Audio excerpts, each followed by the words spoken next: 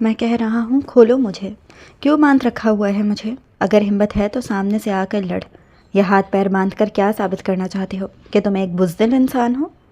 اور میں ایک بہادر پولیس آفیسر ہوں جو تم جیسے گندے لوگوں کو بے نقاب کر رہا ہوں۔ تم لوگ جو سیاست کے پیچھے گندے دندے کرتے ہو، میں تم سب کو بے نقاب کروں گا۔ میں تم سب کو منظر عام پر لے کر آؤں گا، اور تم لوگوں نے جو اچھائی والا مکوٹا پہن رکھا ہے لوگوں کے سامنے، میں اسے بھی نقاب کر دوں گا۔ ابھی وہ چیختے ہوئے بول ہی رہا تھا جب وہاں کھڑے ایک ملازم نے اس پر کھولتا ہوا گرم پانی ڈالا۔ ابے سالے چپ، ورنہ ایسی 2 اور بالٹیاں گرم پانی کی تیرے اوپر انڈیل دوں گا۔ بہت دیکھے ہیں تجھ جیسے پولیس والے، جیسے ہی سامنے 4 گڈیاں نوٹوں کی رکھو تم لوگوں کی رال ٹپکنے لگ جاتی ہے۔ اگر تیری رال نہیں ٹپک رہی تو کیا ہوا، ہمارے پاس اور بھی بہت سارے طریقے ہیں۔ تجھ جیسے پولیس کا منہ بند کروانے کے بڑے صاحب آ رہے ہیں، کرتے ہیں تیرا علاج۔ کہتے ساتھ ہی ملازم نے دوبارہ سے اسے رسیوں سے باندھا تھا۔ ارے یار، یہ چھٹی کب ہوگی؟ آج تو جمعہ ہے، آج چھٹی جلدی ہونی تھی۔ 1 بجنے والا ہے، اوپر سے اور چھٹی بھی ابھی تک نہیں ہوئی ہے۔ مہر نے چہرے پر خفگی سجاتے جھنجھلاتے ہوئے کہا تھا۔ ٹیچرز کی میٹنگ ہو رہی ہے، اس لیے ہمیں آج چھٹی لیٹ ہوگی۔ اس کی دوست نے فوراً سے اس کی تصحیح کی۔ ارے یار، جمعہ ہے اور جمعہ والے دن 1 بجے کے بعد تو رکشے بھی نہیں ملتے ہیں، سب لوگ جمعہ پڑھنے کے لیے چلے جاتے ہیں۔ اب میں کیا کروں؟ اس نے پریشان کن لہجے میں کہا۔ ارے کوئی نہیں، آگے سے جا کر پکڑ لینا رکشہ، اس میں کون سی بڑی بات ہے؟ یار کہہ تو ٹھیک رہی ہے، مگر ہمارے کالج سے جاتے ہوئے وہاں کچھ خالی فیکٹریاں ہیں، وہ بالکل سنسان سا علاقہ ہے، وہاں سے اکیلے گزرتے ہوئے مجھے ڈر سا لگتا ہے۔ اس کے لہجے میں یہ سب بتاتے ہوئے معصومیت سے زیادہ ڈر تھا۔ اچھا یار فکر نہ کر، اللہ ہے نا تیرے ساتھ، پھر ڈر کیسا؟ ہاں یار کہہ تو ٹھیک رہی ہے۔ وہ سب کچھ اللہ کے بھروسے چھوڑ چکی تھی، مگر کیا وہ جانتی تھی کہ آج کے دن اس کی پوری زندگی بدلنے والی ہے؟ اچھا چل یار، میں نکلتی ہوں، پھر مجھے رکشہ بھی لینا ہے۔ اوکے ٹھیک ہے، اللہ حافظ۔ خدا حافظ یار۔ یہ رکشے کہاں چلے گئے ہیں؟ مل کیوں نہیں رہے؟ مجال ہو جو کوئی ایک رکشہ نظر آ جائے۔ اس نے جھنجھلاتے ہوئے سوچا، ایسا کرتی ہوں تھوڑا سا پیدل چل لیتی ہوں، کیا پتہ چلتے چلتے رکشہ مل جائے۔ کیا تقریر کر رہے تھے ابھی تھوڑی دیر پہلے؟ کیا کرو گے تم؟ سیاست دانوں کے خلاف دائم شاہ، جو کہ ایک سیاست دان تھے، مگر وہ سیاست کے پیچھے سے اسمگلنگ کا کالا دھندا کرتے تھے۔ اس میں ان کے ساتھ کچھ اور لوگ بھی ملوث تھے۔ تم لوگ مجھے ایک دفعہ کھولو تو صحیح، پھر بتاتا ہوں میں تم لوگوں کے ساتھ کیا کروں گا۔ شرف الدین، ذرا اس پولیس والے کا منہ تو بند کرواؤ، کب سے بک بک کیے جا رہا ہے۔ میں نے سوچا اپنے آپ چپ ہو جائے گا، مگر نہیں، اب مجھے لگ رہا ہے مجھے اس کا کچھ کرنا پڑے گا۔ دائم شاہ نے ماتھے پر گہرے بل ڈالے، اپنے سب سے زیادہ وفادار ملازم کو حکم دیا، جو جی صاحب جی کہتا فوراً ہی حکم کی تکمیل کر گیا۔ اگلے ہی پل ملازم پولیس وردی میں ملبوس شخص کو بے دردی سے مار رہا تھا، جیسے کل رات ہی دائم نے اپنے وفادار ملازمہ کے بل بوتے پر اٹھوایا تھا۔ اس پر کبھی گرم پانی ڈالا جاتا تو کبھی اسے بے دردی سے ضرب و مکوں سے مارا جاتا تھا۔ دیکھو پولیس والے، میں تجھے 2 آپشن دے رہا ہوں، یا تو یہ پیسے رکھ لے اور اپنا منہ بند کر لے، یا پھر تو اپنی جان سے جائے گا۔ اب یہ تو نے فیصلہ کرنا ہے کہ تو کیا چوز کرتا ہے۔ دیکھو تیری بھی بیوی بچے ہوں گے، یہ پیسے پکڑ، اپنی بیوی بچوں کے لیے کچھ خرید کر لے کر جا، وہ بھی خوش، تم بھی خوش، اور ہم بھی خوش۔ دائم شاہ کی بات پر پولیس وردی میں ملبوس شخص کے ماتھے پر گہرے بل پڑے تھے۔ میں تجھ جیسے سیاست دانوں کی طرح اپنی بیوی بچوں کو حرام کی کمائی نہیں کھلاتا۔ پولیس وردی میں ملبوس شخص کی بات پر دائم شاہ کو تاؤ آیا تھا، جس پر اگلے ہی پل چیئر سے اٹھتا وردی میں ملبوس شخص کو تھپڑ مار چکا تھا۔ چٹاخ! تھپڑ کی آواز سنسان علاقہ ہونے کی وجہ سے فیکٹری میں بری طرح سے گونجی تھی۔ مہر پیدل جا رہی تھی، اچانک ہی اسے اپنے کانوں میں تھپڑ کی گونج سنائی دی تھی، جس پر اس نے فوراً ہی ادھر ادھر دیکھا، مگر وہاں کوئی نہیں تھا۔ ابھی وہ 1 قدم ہی چلی تھی جب اس نے لڑنے کی آوازیں آنے لگیں، جیسے کوئی کسی کو گالیاں دے رہا ہو۔ اس نے فوراً ہی اپنے بائیں جانب دیکھا جہاں سے آوازیں آ رہی تھیں۔ وہ فوراً ہی متجسس ہوئی، آخر یہاں کیا ہو رہا ہے، میں بھی تو دیکھوں۔ مہر تجسس کے ہاتھوں مجبور ہو کر اس فیکٹری کی جانب بڑھی۔ سنسان اور خالی جگہ ہونے کی وجہ سے آپ سے آواز صاف سنائی دے رہی تھی، مگر زیادہ صاف سنائی نہیں دے رہی تھی۔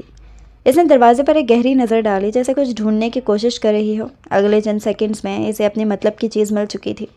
اس نے اگلے ہی پل سوراخ پر اپنی ایک آنکھ لگا کر اندر کا منظر دیکھنے کی کوشش کی۔ اب اسے آوازوں کے ساتھ ساتھ اندر کا منظر بھی صاف دکھائی دے رہا تھا، جہاں سامنے دائم شاہ اس پولیس والے پر بندوق تانے کھڑا تھا۔ یہ تو گولی چلا رہا ہے، اس سے پہلے تو یہاں پھنس جائے مہر، تو یہاں سے نکل جا۔ نہیں مہر، تجھے اس شخص کی جان بچانی ہوگی۔ ضمیر کی آواز پر اس نے فوراً ہی فیصلہ کیا کہ وہ اس کی مدد کرے گی۔ لیکن کیسے؟ ہاں مجھے پتہ ہے مجھے کیا کرنا ہے۔ مہر اگلے کچھ ہی منٹوں میں ایک بلڈنگ کے پیچھے چھپ چکی تھی۔ اس نے فوراً ہی وہاں سے ایک بڑا سا پتھر اٹھا کر اس بند دروازے پر مارا۔ دروازے پر پتھر لگنے اور آواز پیدا ہونے کی وجہ سے اندر ہاتھ میں گن پکڑے دائم شاہ اس اچانک افتادگی پر گھبرا چکا تھا۔ جاؤ دیکھو جا کر کون ہے۔ اس نے فوراً ہی اپنے ملازم کو حکم دیا تھا۔ جی صاحب جی، میں دیکھتا ہوں، اب بس اپنا کام جاری رکھیں۔ ملازم جیسے ہی باہر نکلا دائم شاہ گولی چلا چکا تھا۔ گولی پولیس وردی میں ملبوس شخص کے دائیں کندھے پر لگی تھی۔ ہڑبڑی میں دائم شاہ کا نشانہ چوک گیا تھا۔ صاحب باہر کوئی نہیں ہے، میں نے پوری طرح سے چیک کیا ہے، باہر تو کوئی بھی نہیں ہے۔ ابھی وہ دونوں بات ہی کر رہے تھے جب باہر سے پولیس کے سائرن کی آوازیں آنے لگیں۔ اگر کوئی نہیں تھا تو یہ پولیس یہاں کیسے آ گئی؟ دائم شاہ نے گرجتے ہوئے کہا۔ صاحب مجھے کیا پتہ کیسے ہوگا، باہر میں نے دیکھا تھا اچھی طرح سے، باہر کوئی نہیں تھا، جبکہ پولیس دروازہ توڑنے کی کوشش کر رہی تھی۔ اس سے پہلے کہ پولیس اندر آتی دائم اور اس کا وفادار ملازم فیکٹری کی خفیہ جگہ پر چھپ چکے تھے۔ پولیس وردی میں ملبوس شخص بے ہوش ہو چکا تھا۔ پولیس اندر آ چکی تھی اور اب چھان بھٹک رہی تھی۔ پولیس وردی میں ملبوس شخص کو ہسپتال پہنچا دیا گیا تھا۔ کچھ دیر پہلے ملازم کے باہر آنے پر مہل بلڈنگ میں چھپ چکی تھی جو فیکٹری سے کافی فاصلے پر بھی تھی اور وہاں سے فیکٹری نظر بھی نہیں آ رہی تھی۔ ایک کام تو ہو گیا ہے، اب دوسرا کام کرنے کا وقت ہے۔ ایسا کرتی ہوں پولیس میں کال کر دیتی ہوں، پھر پولیس جانے اور یہ لوگ جانے۔ پولیس کو کال کرنے کے بعد مہر بلڈنگ کی بیک سائڈ سے باہر سڑک کی جانب چلی گئی تھی۔ دائم شاہ اور اس کا وفادار ملازم 1-2 دن تک وہیں چھپے رہے۔ دائم شاہ اپنے سروسز سے پتہ لگوا چکا تھا پولیس کو کال کس نے کی تھی، اور اس بات کا بھی آرڈر جاری کر دیا گیا تھا کہ جلد از جلد اس لڑکی کو اس کے سامنے پیش کیا جائے، اس سے پہلے کہ وہ لڑکی کسی اور کو جا کر کچھ بتا دے۔ دائم شاہ کو اس شخص کا ڈر تو ہرگز نہ رہا تھا۔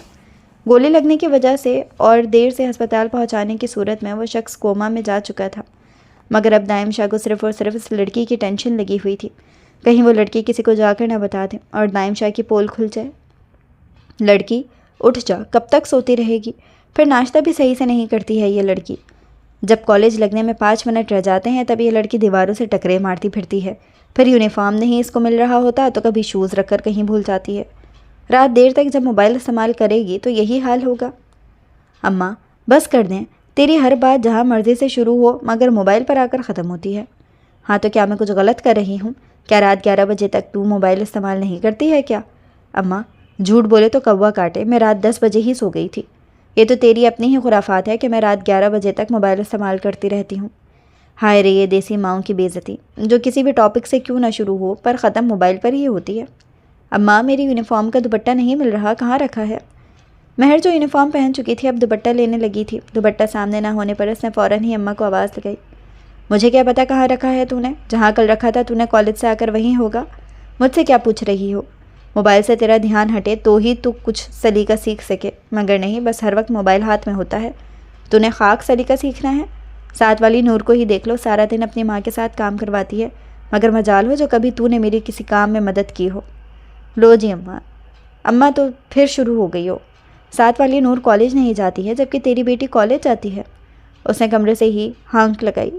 اچھا بس کر، تو نے کالج جا کر کون سے جھنڈے گاڑنے ہیں؟ چل آ جا، آ کے ناشتہ کر لے، زیادہ باتیں نہ بنا میرے ساتھ۔ اچھا ماں میں چلتی، اللہ حافظ، دروازہ اچھے سے لگا لینا۔ ویسے بھی تو جانتی ہے آج کل ہمارے محلے میں کتنی چوریاں ہو رہی ہیں۔ اچھا زیادہ مجھے تلقین مت کر، ماں ہوں تیری، مجھے سب پتہ ہے۔ اوہ میری اماں، میں تو ویسے ہی کہہ رہی تھی، تو ہر بات پر غصہ کیوں کر جاتی ہے؟ ساتھ ہی اس نے اپنی ماں کا گال چوما۔ اچھا چل، زیادہ مکھن نہ لگا، مجھے اور کالج جا، پھر تو نے رکشہ بھی پکڑنا ہے۔ مہر کا تعلق ایک مڈل کلاس فیملی سے تھا۔ مہر اور اس کی امی گھر میں اکیلی ہی رہتی تھیں۔ مہر کے ابو کا انتقال پچھلے سال ہی ہوا تھا، تب سے ہی وہ دونوں ایک دوسرے کا سہارا تھیں۔ یہ چھوٹی موٹی نوک جھوک تو ان دونوں کے درمیان ہر 2 دن بعد ہی ہوتی رہتی تھی۔ مہر رکشے میں بیٹھی کالج جا رہی تھی جب اسے محسوس ہوا کہ ایک گاڑی اس کا مسلسل پیچھا کر رہی ہے۔ انکل تھوڑا جلدی چلائیں، اس نے ڈرتے ہوئے کہا۔ پچھلی گاڑی کے مسلسل پیچھے آنے پر خوف سے اب مہر کے چہرے پر ہلکی پسینے کی بوندیں چمکنے لگی تھیں۔ ابھی اس کا رکشہ ایک سنسان سڑک سے گزر ہی رہا تھا جب سامنے سے آتی ہوئی ایک گاڑی سے کچھ لوگ نکلے اور اگلے ہی پل وہ لوگ رکشے کو گھیر چکے تھے۔ وہ گنڈے نما لوگ تھے جنہیں کسی اعلیٰ اثر و رسوخ رکھنے والے شخص نے بھیجا تھا۔ اے لڑکی باہر نکل۔ نہیں میں نہیں آؤں گی، مہر نے خوف میں ڈوبی آواز میں لرزتے ہوئے کہا۔ میں نے کہا باہر نکل، تیری رائے کس نے مانگی ہے؟ باہر کھڑے گنڈے نما شخص کے کہتے ہی مہر اگلے ہی پل رکشے کے دوسری جانب کھسکی تھی اور نیچے جھک کر مٹھی بند مٹی اٹھا کر ان گنڈے نما لوگوں کی جانب پھینکی۔ وہ فوراً ہی اپنی آنکھیں مسلنے لگے، جبکہ اس سچویشن کا فائدہ اٹھاتے مہر فوراً ہی وہاں سے بھاگی اور ایک محفوظ جگہ پر پناہ لے لی۔ کچھ ہی دیر تک وہ وہاں چھپ سکی تھی جب اس نے ایک دفعہ پھر سے ان غنڈو نما مردوں کو اپنی جانب آتے ہوئے دیکھا تھا۔ بہت شوق ہے اس لڑکی کو مردوں کے ساتھ کھیلنے کا، ابھی اس کو مزہ چکھاتے ہیں، کمینی کہیں کی۔ مہر غنڈوں کو وہاں پر آتے دیکھ کر وہاں سے بھی بھاگ چکی تھی۔ مہر کے بھاگ جانے پر وہ غنڈے اب اپنے مالک کی پھٹکار سن رہے تھے۔ کہاں تھے تم سب لوگ؟ ایک چٹکی بھر لڑکی تم ہٹے کٹے مردوں کو چکما دے کر چلی گئی اور تم لوگ کچھ بھی نہ کر سکے؟ مجھے وہ لڑکی چاہیے کسی بھی قیمت پر، مجھے وہ لڑکی لا کر دو۔ فون کی دوسری جانب دائم شاہ گرجتے ہوئے اپنے بھیجے ہوئے غنڈوں کو حکم دے رہا تھا۔ مہر اب اندھا دھند سڑک پر بھاگ رہی تھی جب سامنے سے سڑک پر آتی ہوئی گاڑی سے ٹکرائی۔ اس سے پہلے وہ گرتی ہے وہ کار کے بونٹ پر ہاتھ رکھ کر خود کو زخمی ہونے سے بچا چکی تھی۔ پلیز میری مدد کریں، میرے پیچھے کچھ گنڈے لگے ہوئے ہیں، مجھے مار دیں گے، مہر نے لرزتے ہوئے کانپتے لہجے میں کہا۔ گاڑی میں بیٹھا فرحاد شاہ اپنے سامنے کانپتی لرزتی لڑکی کو دیکھتا اگلے ہی پل اس پر دل ہار چکا تھا۔ آؤ بیٹھو، فرحاد نے اسے اشارے سے گاڑی میں بیٹھنے کے لیے کہا تھا۔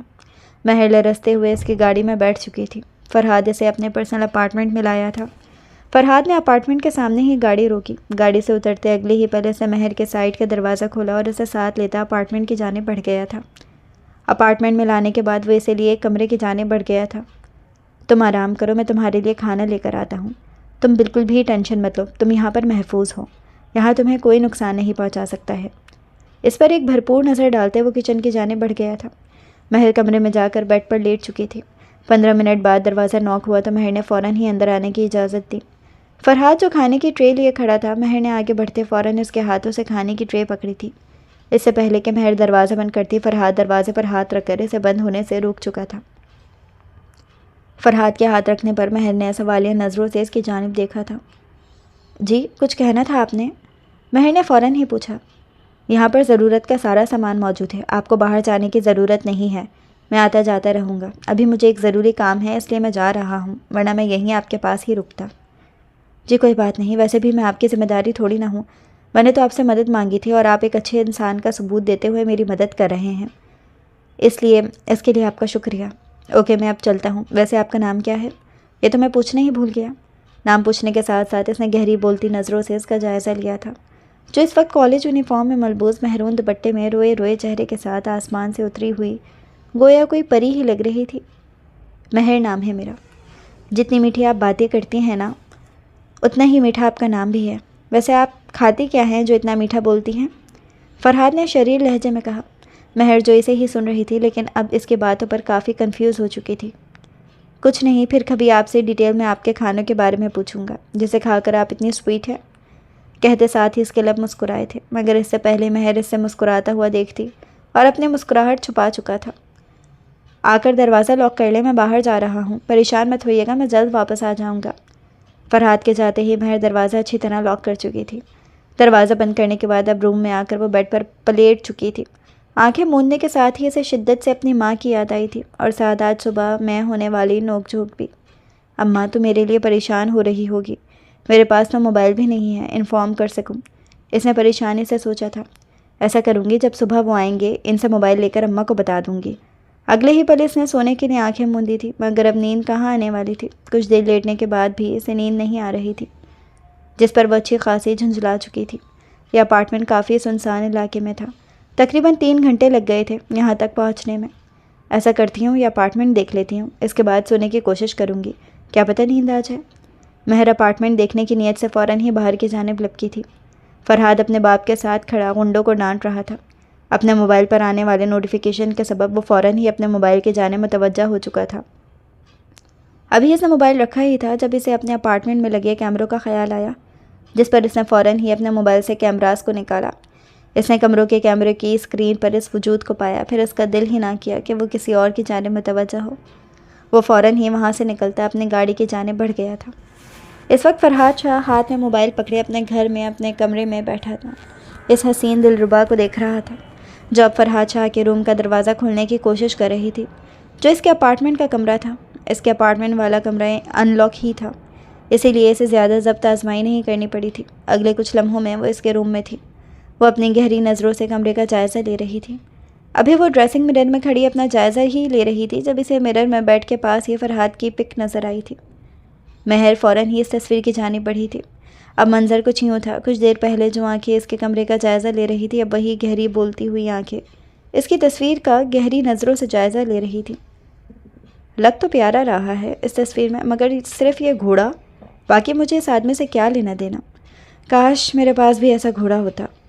اس نے بھی اس گھوڑے کی حسرت کی تھی جو اس نے تصویر میں فرحاد شاہ کے ساتھ کھڑا دیکھا تھا۔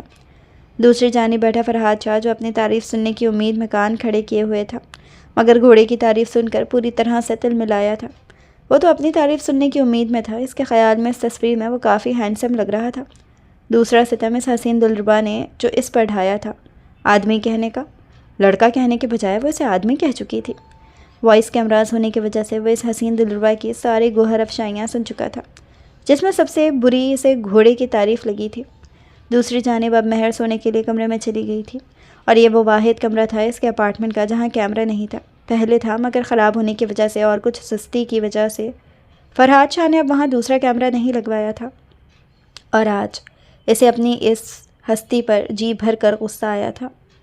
اگر اس کے کمرے میں کیمرہ ہوتا تو وہ اس حسین دلربا کو جی بھر کر دیکھ سکتا تھا، مگر اب کیا کیا جا سکتا تھا؟ اب تو جو ہونا تھا وہ ہو چکا تھا۔ پچھلے 3 دنوں سے مہر اپارٹمنٹ میں ہی تھی۔ ابھی اس نے ناشتے کے چند لقمے ہی لیے تھے جب اپارٹمنٹ کی گھنٹی بجھی۔ وہ فوراً ہی دروازہ کھولنے کی دروازے کی جانب بڑھی تھی۔ دروازہ کھولتے ساتھ ہی اسے سامنے ہی فرحاد شاہ کھڑا نظر آیا تھا۔ السلام علیکم۔ مہر نے فوراً ہی سلام کیا۔ وعلیکم السلام، کیسی ہو تم؟ فرحاد نے فوراً ہی پوچھا تھا۔ ٹھیک ہوں میں، مہر نے نرمی سے جواب دیا۔ جواب دینے کے ساتھ ہی اس نے فرحاد شاہ کو اندر آنے کا راستہ دیا تھا۔ فرحاد شاہ جیسے ہی اندر آیا، اسے اپنا اپارٹمنٹ کافی بکھرا ملا تھا۔ دوسرے ہی پل اس نے مہر کی جانب دیکھا جو اسے نظریں چراتی ادھر ادھر دیکھ رہی تھی، کیونکہ وہ بھی محسوس کر چکی تھی فرحاد شاہ کی نظریں اپارٹمنٹ میں پھیلے گند سے ہو کر اس پر جمی ہوئی ہیں۔ وہ مجھے صفائی کرنی نہیں آتی، اس نے نظریں چراتے ہوئے وضاحت دی۔ میں نے آپ سے کچھ پوچھا؟ آپ کا اپارٹمنٹ جیسے مرضی گند ڈالیں؟ جی؟ مہر نے اس کی بات پر کنفیوز ہو کر اس کی طرف دیکھا تھا، جو اپارٹمنٹ کو اس کی ملکیت کہہ رہا تھا۔ جی ہاں، آپ کا اپارٹمنٹ ہے ابھی، اور آپ ہی اس کی صفائی کریں گی۔ مگر کیسے؟ فرحاد شاہ کو دیکھتے ہوئے اس نے احتجاجاً کہا۔ میں بتاتا جاؤں گا، آپ کرتی جائیے گا۔ ہیں؟ آپ کو کرنی آتی ہے صفائی؟ مہر نے حیرت سے اپنے سامنے کھڑے فرحاد شاہ سے کہا، جو رئیس ترین انسان تھا۔ اس کا لگژری اپارٹمنٹ پرسنالٹی دیکھ کر مہر اندازہ لگا چکی تھی کہ وہ کس قدر امیر ہوگا، مگر اب اس کے انکشاف پر وہ کافی کنفیوز سی ہو چکی تھی۔ اتنے امیر انسان کو صفائی کرنی کیسے آتی ہوگی؟ ابھی وہ دونوں صفائی کر کے فارغ ہی ہوئے تھے جب باہر سے کچھ شور کی آواز آنے لگی۔ فرحاد کا اپارٹمنٹ ایک ایسی جگہ پر تھا جہاں آس پاس آبادی تو تھی، مگر لوکل آبادی تھی۔ اس قدر شور پر مہر تو کافی گھبرا چکی تھی۔ یہ کون لوگ ہیں اور اس طرح سے آوازیں کیوں دے رہے ہیں؟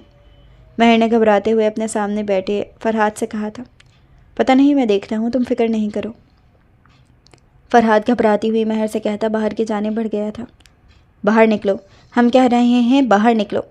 وہ لوگ ڈر دروازہ بجا رہے تھے۔ اس قدر شور پر فرحاد جلدی جلدی دروازے کی جانب بڑھا تھا۔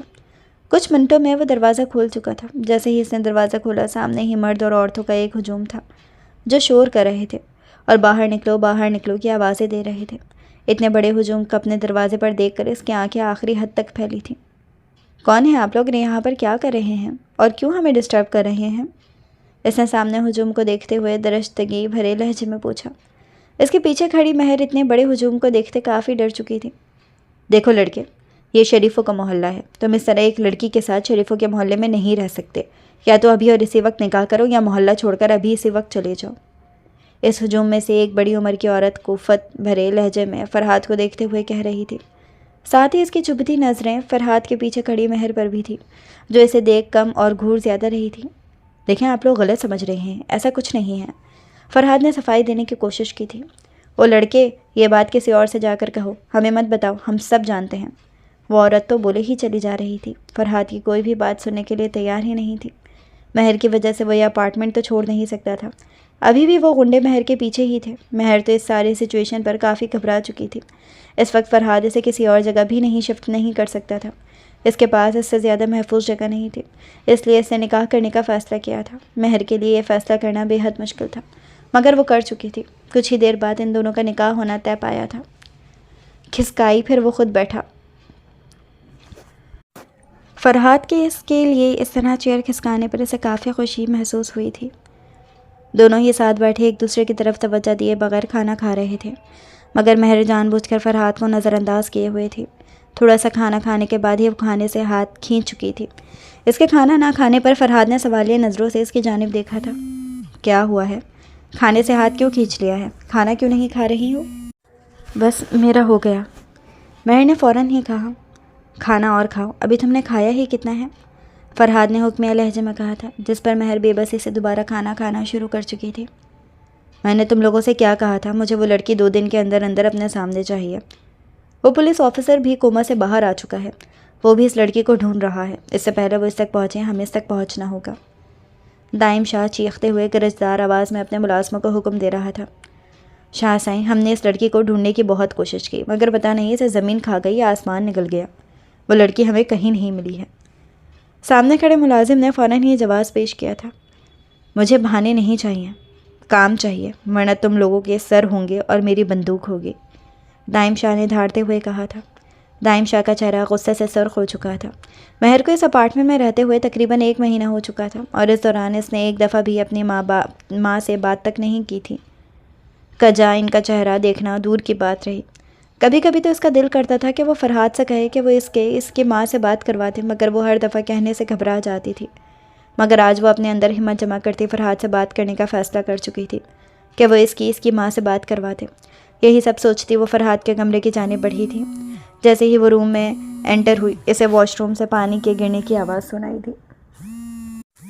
لگتا ہے کہ وہ نہا رہے ہیں، اس نے سوچا۔ ابھی اس نے ادھر ادھر دیکھا ہی تھا جب اسے سامنے ہی فرحات کے کمرے میں بنے ایک چھوٹے سے کمرے کے دروازے پر اس کی نظر پڑی تھی۔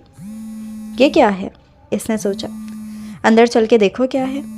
یہ کہتے ہی وہ اپنے قدموں کا رخ اس چھوٹے سے بنے کمرے کی جانب کر گئی تھی۔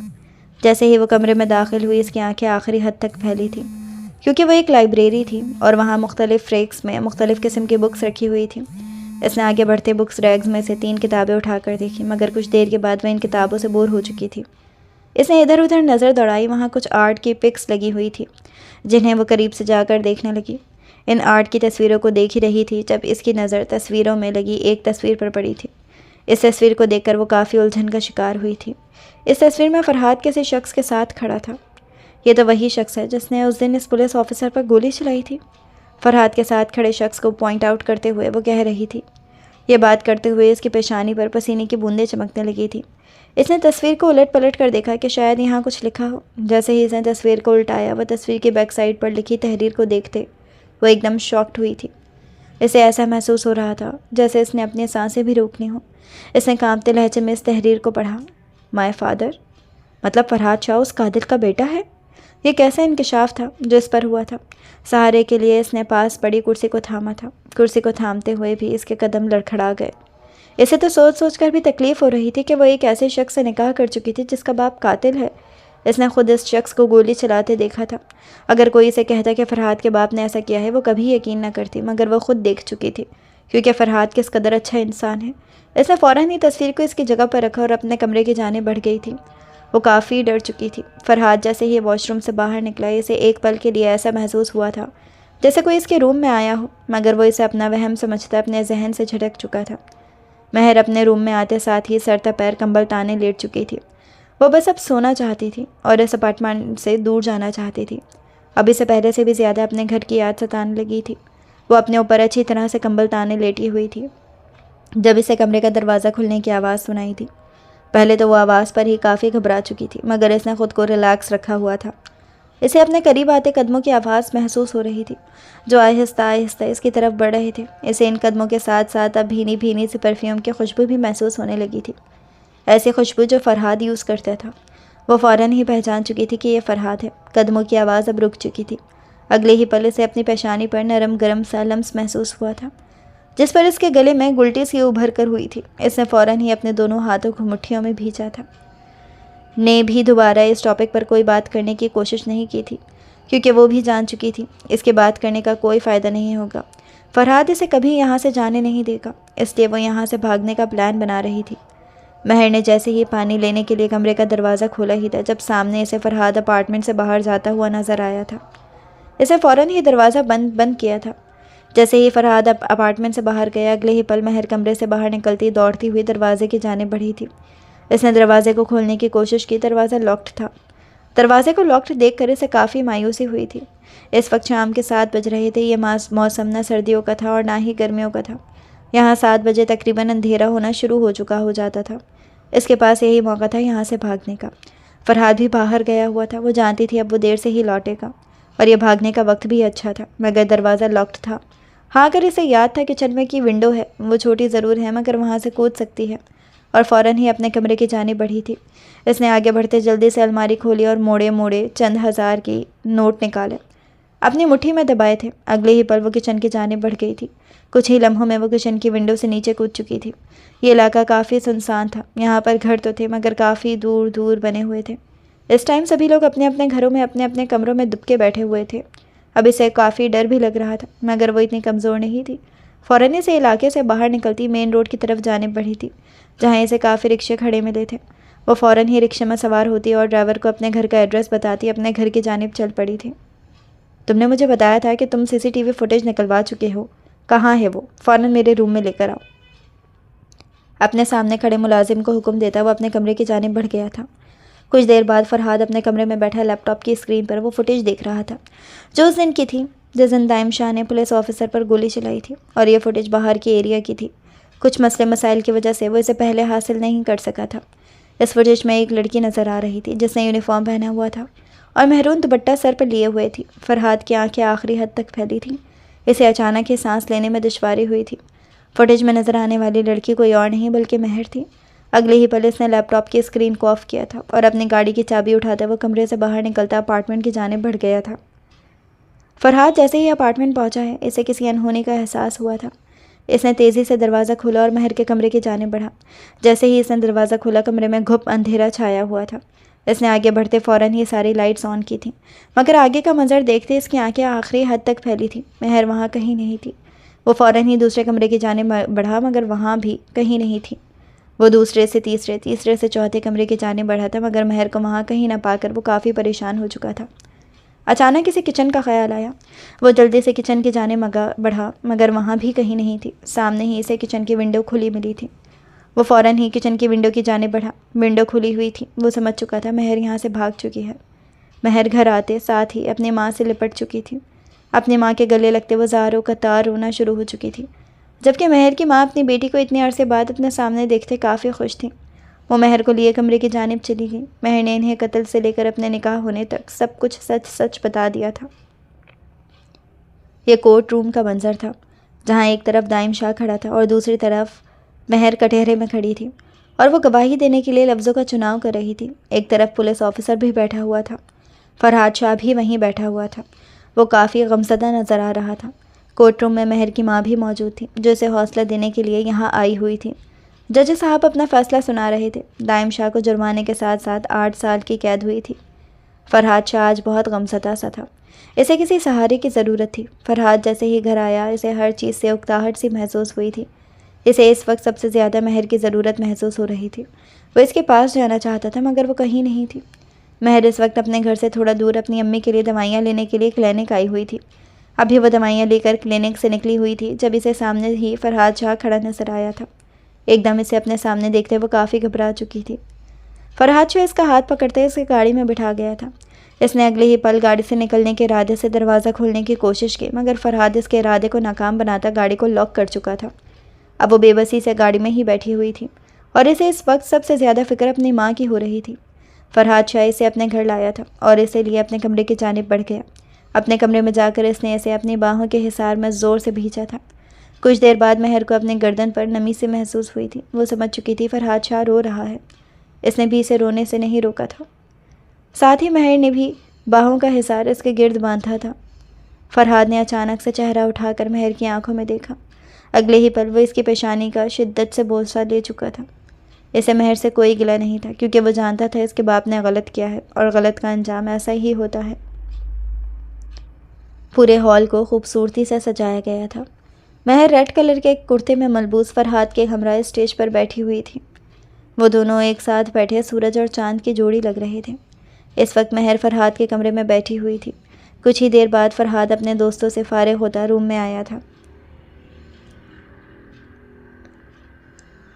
جہاں اس کی دلہن اس کا انتظار کر رہی تھی۔ فرحاد نے کمرے میں آتے ساتھ ہی اپنی دلہن کو سلام کیا تھا، جس پر مہر نے صرف منہ میں جواب دیا۔ گھبراہٹ کی وجہ سے اس کی ہتھیلیاں پسینے سے بھیگ چکی تھیں۔ فرحاد نے بیٹھتے ساتھ ہی ایک خوبصورت سا بریسلیٹ مہر کے ہاتھ میں زینت بنایا تھا۔ اگلے پل وہ نرم گرم سا لمس مہر کی پیشانی پر ثبت کر چکا تھا۔ مہر کو اس وقت ڈھیروں شرم محسوس ہو رہی تھی۔ فرحاد مہر کو اپنے حصار میں لیے لیٹ چکا تھا۔ چاند بھی ان کے ملنے پر کافی خوش تھا۔